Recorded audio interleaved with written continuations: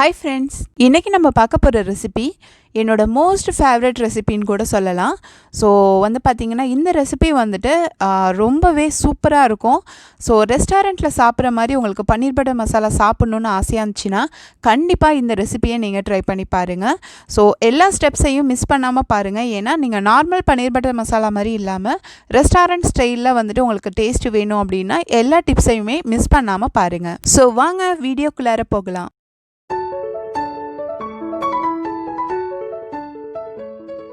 Hi friends, இன்னைக்கு வீடியோக்குள்ள போறதுக்கு முன்னாடி என்னோட சேனலை நீங்க சப்ஸ்கிரைப் பண்ணலனா ப்ளீஸ் சப்ஸ்கிரைப் பண்ணுங்க. நான் புதுசா அப்லோட் பண்ற வீடியோ உங்களுக்கு உடனே தெரியணும்னா பெல் ஐகானை கிளிக் பண்ணுங்க. இந்த வீடியோ உங்களுக்கு பிடிச்சிருந்துச்சுனா லைக் பண்ணுங்க, உங்க ஃப்ரெண்ட்ஸ் கூட ஷேர் பண்ணுங்க. ஸோ பன்னீர் பட்டர் மசாலா செய்கிறதுக்கு என்னென்ன பொருள் தேவைன்னு பார்க்கலாம். ஸோ இது எல்லாமே பேசிக்கான ஐட்டம்ஸு. ஸோ இது இல்லாமல் எக்ஸ்ட்ரா 2-3 இன்க்ரீடியன்ட்ஸ் நம்ம போடும் போது ரொம்பவே எக்ஸாக்ட் டேஸ்ட் உங்களுக்கு கிடைக்கும்.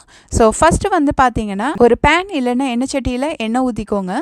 இதில் நம்ம எடுத்து வச்சுருக்கிற முழு மசாலா எல்லாத்தையும் போட்டு நல்லா வதக்கிக்கலாம். ஸோ இதிலே நான் ஜீரகமும் போட்டு வதக்கியிருக்கேன். அதுக்கப்புறம் நம்ம அரிஞ்சு வச்சுருக்க வெங்காயத்தை போட்டு நல்லா வதக்கிக்கலாம். ஸோ வெங்காயம் கலர் லைட்டாக சேஞ்ச் ஆகுற வரைக்கும் நல்லா வதக்கிக்கோங்க. அதுக்கப்புறம் ஜிஞ்சர் கார்லிக் பேஸ்ட் நம்ம ஆட் பண்ணிக்கலாம். ஸோ இதை ஆட் பண்ணிவிட்டு நல்லா பச்சை வாடை போகிற வரைக்கும் வதக்கிக்கோங்க. அதுக்கப்புறம் நீங்கள் தக்காளி ஆட் பண்ணிக்கோங்க. ஸோ தக்காளி ஆட் பண்ணதுக்கு அப்புறமா நீங்கள் உப்பு சேர்த்துக்கோங்க. ஸோ தக்காளி நல்லா ஈஸியாக வதங்கி வரும். தக்காளி நல்லா வதங்கி நல்லா ஸ்மாஷ் ஆகணும், அந்தளவுக்கு நல்லாவே வதக்கிக்கோங்க. தக்காளி நல்லா வதங்கி வந்ததுக்கு அப்புறமா நம்ம அரிஞ்சு வச்சுருக்க கேப்சிகம் ஆட் பண்ணிக்கலாம். ஸோ கேப்சிகம் நீங்கள் ரொம்ப நேரம் வதக்கணும்னு கிடையாது, லைட்டாக வதக்கினாலே போதும். இப்போ நம்ம எடுத்து வச்சுருக்கிற மசாலா பொருள் எல்லாத்தையுமே ஆட் பண்ணிக்கலாம். அதுக்கப்புறம் பார்த்தீங்கன்னா முந்திரி, கஸ்தூரி மேத்தி இது எல்லாத்தையுமே ஆட் பண்ணிட்டு நல்லா வதக்கிக்கோங்க. ஸோ இப்போ நம்ம டொமேட்டோ கெச்சப் ஆட் பண்ணுறோம். ஸோ டொமேட்டோ கெச்சப் உங்களுக்கு கம்பல்சரி கிடையாது, ஆனால் நீங்கள் அதை ஆட் பண்ணிங்கன்னா உங்களுக்கு ரெஸ்டாரண்ட் அந்த ஃப்ளேவர் நல்லாவே கிடைக்கும்.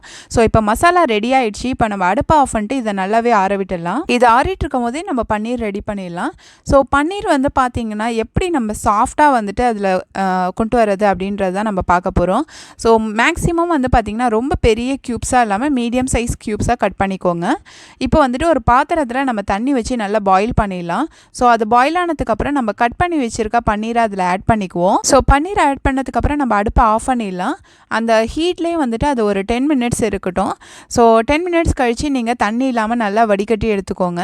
ஸோ ரொம்ப நேரம் இருக்கணும் இல்லை, ஒரு 10 மினிட்ஸ் அந்த ஹாட் வாட்டர்லேயே அது சோக் ஆகணும்.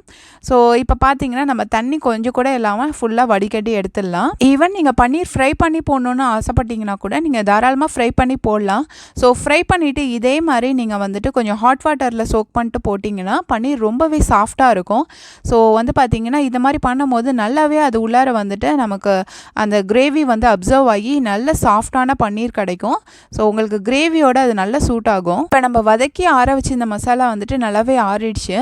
இதை நம்ம அரைச்சி எடுத்துக்கலாம். இதை நல்லா பேஸ்ட் மாதிரி நல்லா கிரைண்ட் பண்ணிக்கோங்க. தண்ணி ரொம்ப ஊற்ற வேணாம். ஸோ தண்ணி லைட்டாக வேணுமா போட்டுக்கோங்க, ரொம்ப தண்ணி ஊற்றாமல் நல்லா திக்காக அரைச்சிக்கோங்க பேஸ்ட் மாதிரி. இப்போ நம்ம இன்னொரு பாத்திரத்தில் பட்டர் ஆட் பண்ணிக்க போகிறோம். ஸோ பட்டர் ஆட் பண்ணிவிட்டு நம்ம அரைச்சி வச்சுருக்க மசாலா பேஸ்ட்டை இதில் போட்டு நல்லா வதக்க போகிறோம். ஸோ மேக்ஸிமம் இதில் தண்ணி ஊற்றாமல் போட்டு நல்லா வதக்கிக்கோங்க. ஸோ நல்லா இது ராஸ்மல் போகிற வரைக்கும் நம்ம வதக்கிக்கலாம். அதுக்கப்புறமா நீங்கள் தண்ணி ஆட் பண்ணிக்கோங்க.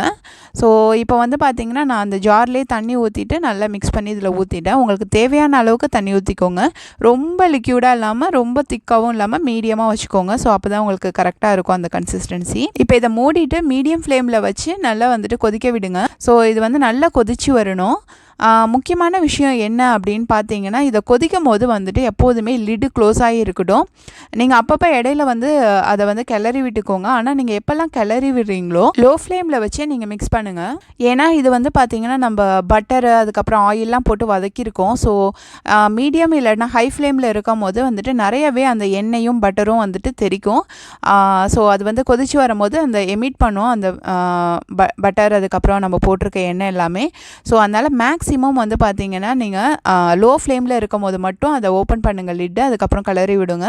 ஸோ இல்லைன்னா உங்கள் கையில் அது பட்டு உங்களுக்கு புண்ணாகிறதுக்கு கூட வாய்ப்பு இருக்குது. ஸோ அதனால் ரொம்ப கேர்ஃபுல்லாக பண்ணுங்கள். ஸோ இப்போ பார்த்தீங்கன்னா நம்ம நல்லா கொதிச்சு இப்போ நம்ம ஆல்ரெடி ரெடி பண்ணி வச்சுருந்த பன்னீரை இதில் போட்டு ஆட் பண்ணிடலாம். இதை ஆட் பண்ணிவிட்டு நல்லா மிக்ஸ் பண்ணி விட்டுக்கோங்க. இதில் இப்போ நம்ம எக்ஸ்ட்ராவாக 2 ஐட்டம் ஆட் பண்ண போகிறோம். ஸோ இதுவுமே பார்த்தீங்கன்னா உங்களுக்கு ரெஸ்டாரண்ட் டேஸ்ட் வரதுக்காக தான்.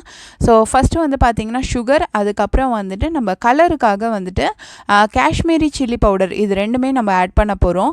நான் முன்னாடியே சொன்ன மாதிரி வந்து பார்த்திங்கன்னா நம்ம எக்ஸ்ட்ரா சில ஐட்டம் ஆட் பண்ணும் போது உங்களுக்கு அந்த ஒரு ரெஸ்டாரண்ட் ஃப்ளேவர் வந்து கிடைக்கும். இதே மாதிரி தான் நான் முன்னாடி கெச்சப்புமே எக்ஸ்ட்ராவாக ஆட் பண்ணியிருப்பேன். ஸோ கெச்சப் உங்ககிட்ட இல்லை அப்படின்னா நீங்கள் வந்து என்ன பண்ணலான்னா ஒரு தக்காளி எக்ஸ்ட்ராவாக நீங்கள் ஃபஸ்ட்டு வதக்கும் போதே ஆட் பண்ணிக்கோங்க. அதே மாதிரி இப்போ சுகர் ஆட் பண்ணும்போது எக்ஸ்ட்ரா ஒரு ஸ்பூன் சுகர் ஆட் பண்ணிக்கோங்க. ஸோ கிட்டத்தட்ட உங்களுக்கு அந்த ஒரு ஃப்ளேவர் வந்து அதில் வந்துடும்.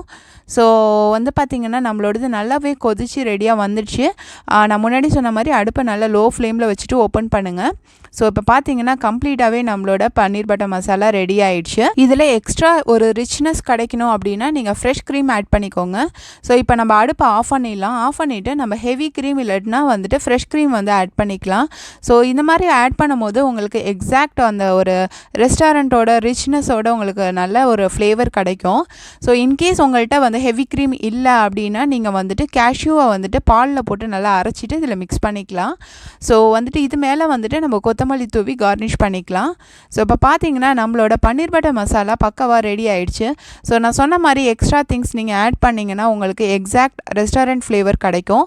இதை வந்து நீங்கள் பூரி, சப்பாத்தி, நான் அதுக்கப்புறம் ரைஸ் கூட நீங்கள் சர்வ் பண்ணலாம். ரொம்பவே நல்லாயிருக்கும். ஸோ என்னோடய ஃபேவரட் வந்துட்டு காம்பினேஷன் பார்த்தீங்கன்னா நான் தான். எனக்கு நான் கூட வந்து பன்னீர் பட்டர் மசாலா சாப்பிட ரொம்ப பிடிக்கும். என்னோடய சன்னுக்கு வந்து பார்த்திங்கன்னா பூரி கூட சாப்பிட ரொம்பவே பிடிக்கும். அதனால தான் நான் பூரி போட்டிருக்கேன். நீங்களும் இந்த ரெசிபியை வீட்டில் ட்ரை பண்ணி பாருங்கள். உங்களுக்கு பிடிச்ச ஃபேவரட் காம்பினேஷன் எதுங்கிறத மறக்காமல் கமெண்ட்ஸில் சொல்லுங்கள். இந்த மாதிரி நிறைய ரெசிபிக்கு என்னோடய சேனலை மறக்காமல் சப்ஸ்கிரைப் பண்ணுங்கள். இந்த வீடியோ உங்களுக்கு பிடிச்சிருந்துச்சின்னா லைக் பண்ணுங்கள். உங்கள் ஃப்ரெண்ட்ஸுக்கு ஷேர் பண்ணுங்கள். தேங்க்யூ ஸோ மச் ஃபார் வாட்சிங் my video. Thanks for your love and support.